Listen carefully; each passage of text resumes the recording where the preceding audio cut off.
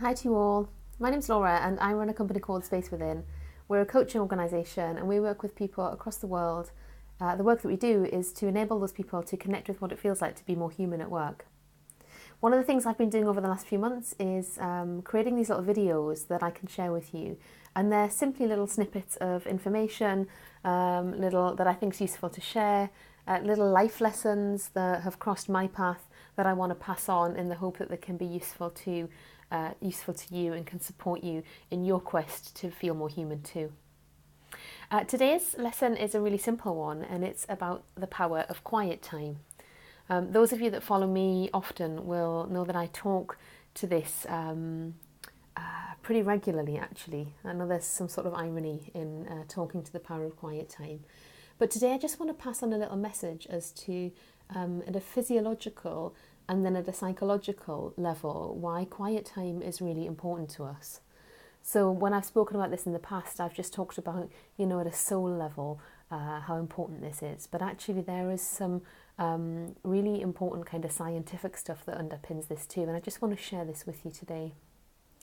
So when we are confronted with loud noise, when life is noisy and busy and we're confronted with a lot of noise, particularly when we're confronted with unexpected noise. So when we work in cities, when we work in busy offices, when we spend a lot of time in traffic, even when we have family at home, we can have a lot of noise in our life. And I mean literal noise, stuff that we hear with our ears. And when we're confronted with noise like that, then the cortisol level in our body increases. And cortisol is the body's main stress hormone. It is our fight or flight hormone. So it's the one that signals to us when we're in danger. It's the one that tells our body when we're in danger, that tells our body that we're frightened, that tells our bodies that we need to be ready.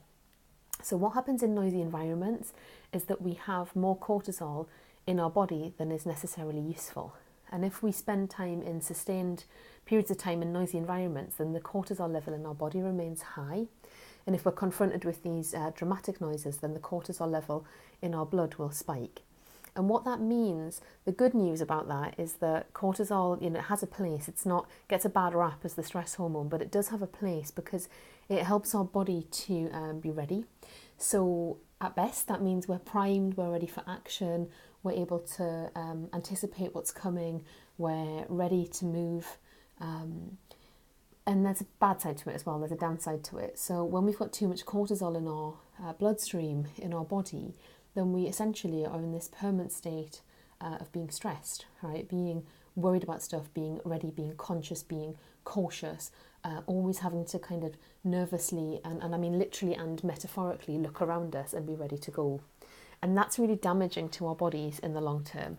So cortisol is very useful, but the purpose of it, many, generations, thousands, millions of years ago, when human development was first forming in this way that we are now, cortisol, and it's the same in all animals, was meant to be used by the body in sort of short bursts to help us get out of danger, to help us run away from the person that was chasing us down and coming to eat us. And now what happens in our environments is that we have so much cortisol in our bloodstreams that we're constantly nervous, we're constantly ready, we're constantly frightened, we're constantly unable to settle and unable to rest. So when we get quiet time, when we don't have noise in our lives, the cortisol level in our blood decreases. And the body moves from that sustained place of ready now into a more relaxed state. It's able to rest, it's able to restore. So that's why quiet time is really important. It's kind of why we do it with children and we say, okay, quiet time now. It's why at times you think, I just need to get out of this place and get some quiet time. But one of the things I'd like you to consider is how you could perhaps integrate quiet time more consciously into your life, particularly into your working day, where things will be really noisy, very literally and metaphorically, of course. So as we go into the weekend, that's something that I'd love you to consider. How can you get some quiet time? Could be minutes, half an hour would be wonderful. An hour, I'm sure for many of you, would be an absolute dream, but would be so wonderful for your body and so wonderful for your psyche, because your nervous system will begin to calm and settle when you get quiet time. And then going forward, how can you think about integrating and make some steps to integrate quiet time conceptually and at a very literal level into your working week.